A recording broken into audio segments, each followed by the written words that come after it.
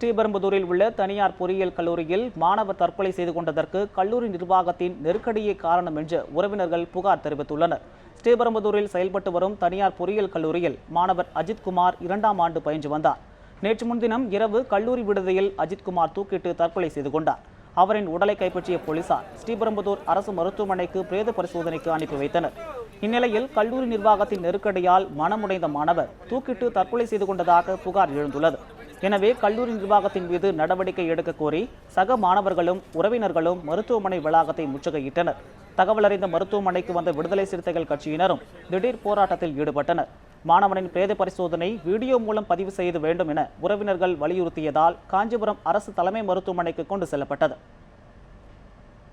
கடந்த ஒரு மாத காலத்திற்கும் மேலாகவே மாணவர் அஜித்குமாருக்கு நிர்வாக தரப்பிலிருந்து பல்வேறு விதமான சித்திரவதைகளும் அடக்குமுறைகளும் நிகழ்ந்திருக்கின்றன என்பதை மாணவர்கள் விவரிக்கிறார்கள்.